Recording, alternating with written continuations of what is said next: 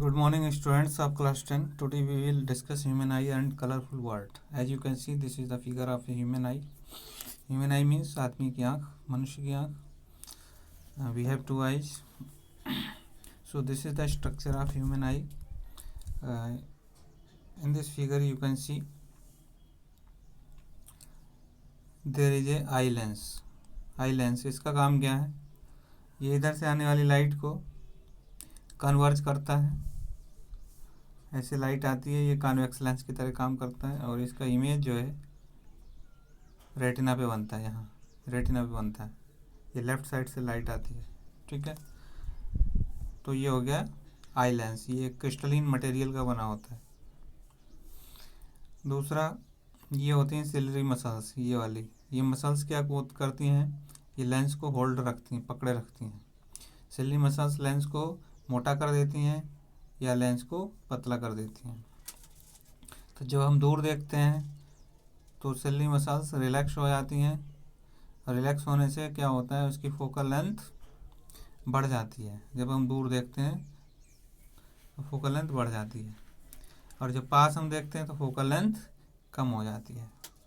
Focal length कम होने का मतलब कर्वेचर कम हो जाना, उसका कर्वेचर कम हो जाता है. फोकल लेंथ दूर का मतलब ये इस तरीके से कर्वेचर ज़्यादा होता है. जितना ही कर्वेचर ज़्यादा होगा फोकल लेंथ उतनी ही ज़्यादा होगी.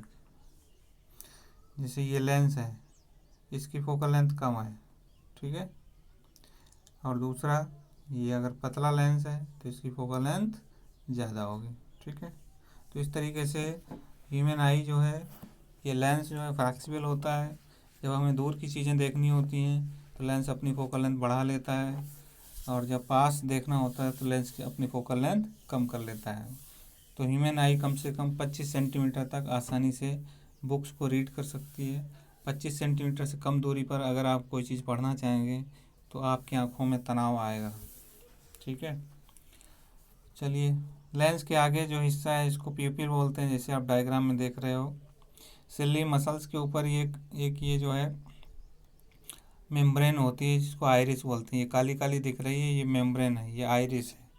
और ये आइरिस ऐसी गोल होती है. ठीक है, बाकी हिस्सा जो है ये कवर होता है. तो ये जो छोटा सा हिस्सा होता है जहाँ से लाइट एंटर करती है इसको हम प्यूपिल बोलते हैं. ठीक है, तो आइरिस जो है इसमें जो होल होता है मेम्ब्रेन में, वहाँ से लाइट एंटर करती है. जो जिस भाग से लाइट एंटर करती है उसे प्यूपिल बोलते हैं. तो जब अंधेरे में हम देखते हैं तो प्यूपिल का साइज़ बड़ा हो जाता है ताकि ज़्यादा लाइट आँख में आए. और जब हम बहुत ज़्यादा लाइट में होते हैं तो प्यूपिल छोटा हो जाता है. जैसे हम सन की तरफ देखते हैं तो आँख का प्यूपिल छोटा हो जाता है. तो प्यूपिल जो है अमाउंट ऑफ लाइट को रेगुलेट करता है. It is regulated to restrict amount of light to enter in human eye. ठीक है, उसके बाद में प्यूपिल हो गया, आइरिस हो गई. प्यूपिल के ऊपर वाले भाग को प्रोटेक्ट करने के लिए यहाँ पर एक लिक्विड होता है ट्रांसपेरेंट, जिसको एक्वस ह्यूमर बोलते हैं. और इसके सबसे ऊपर ये जो लेयर है ये कॉर्निया है. ये हमारी आँख को सुरक्षा प्रदान करती है, प्रोटेक्शन फ्रॉम आउटसाइड.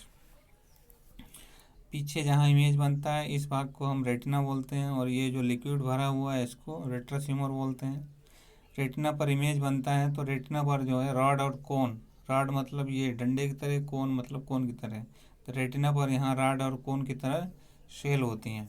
तो उस सेल पर जब ये लाइट पड़ती है उस लाइट से इलेक्ट्रिक पल्स जनरेट होती हैं और ये इलेक्ट्रिक पल्स जो हैं ऑप्टिक नर्व से होके आदमी के ब्रेन तक जाती हैं. ठीक है, और आदमी ब्रेन में उस इमेज को उल्टा करके पढ़ता है. यानी ऑब्जेक्ट अगर सीधा है तो ऑप्टिक नर्व पे यहाँ उल्टा इमेज बनता है और इस उल्टे को फिर यहाँ ब्रेन में सीधा करके रीड करता है.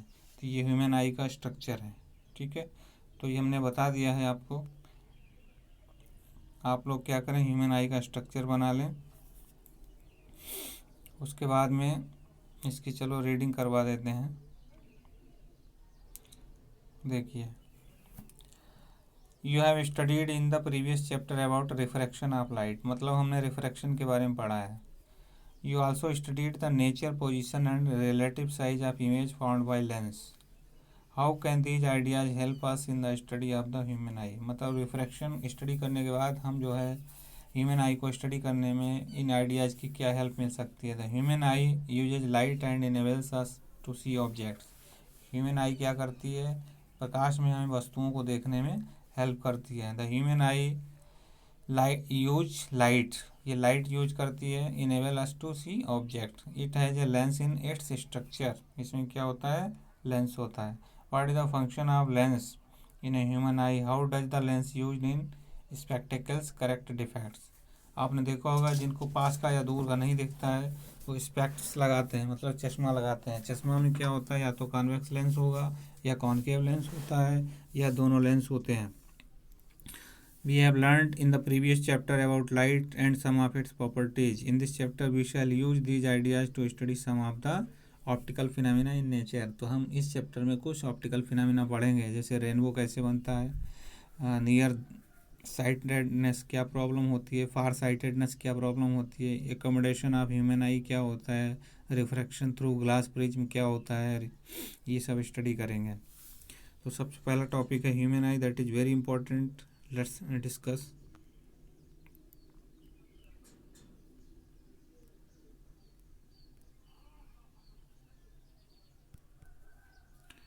Sorry, it is going to be hang.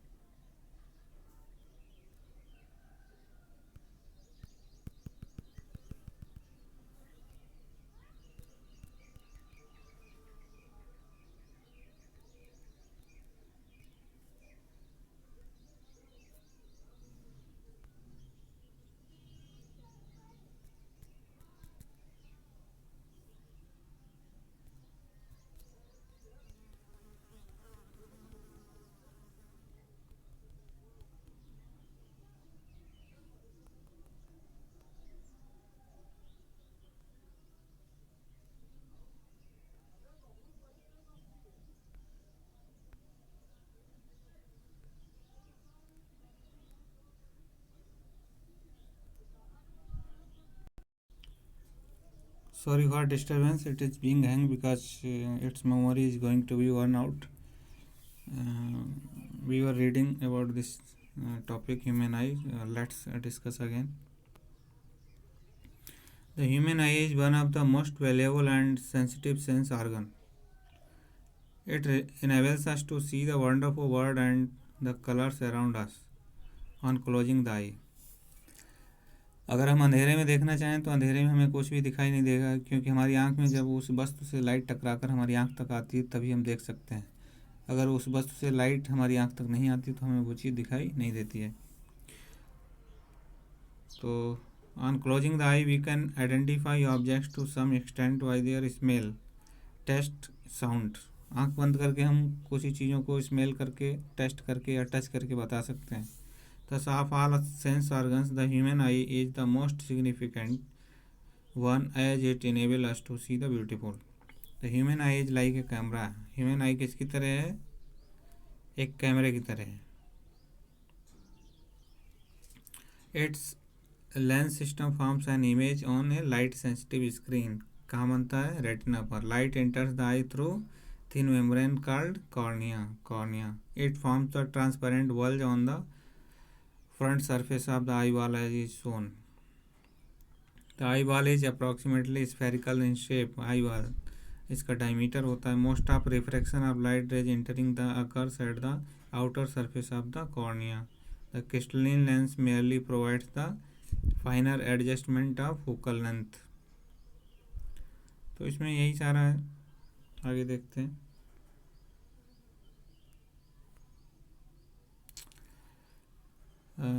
We find a structure called iris behind the cornea. Cornea के पीछे आइरिस होता है, डायग्राम में देख ही रहे हो। Iris is a dark muscular diaphragm that controls the size of the pupil. The pupil regulates and controls the amount of light. On entering the light the eye lens forms an inverted and real image. कैसा बनाता है inverted और real image on the retina. The retina is delicate membrane having enormous member of light sensitive cells. The light sensitive cells get activated upon eliminating and generate electrical signals. These signals are sent to the brain via the optic nerve. The brain interprets these signals and finally processes the information so that we perceive object as the image. So students, please watch this video and study and read 2 or 3 times human eye from NCERT, and next time we will discuss again. If you like, you can visit on YouTube channel also. Thank you for watching.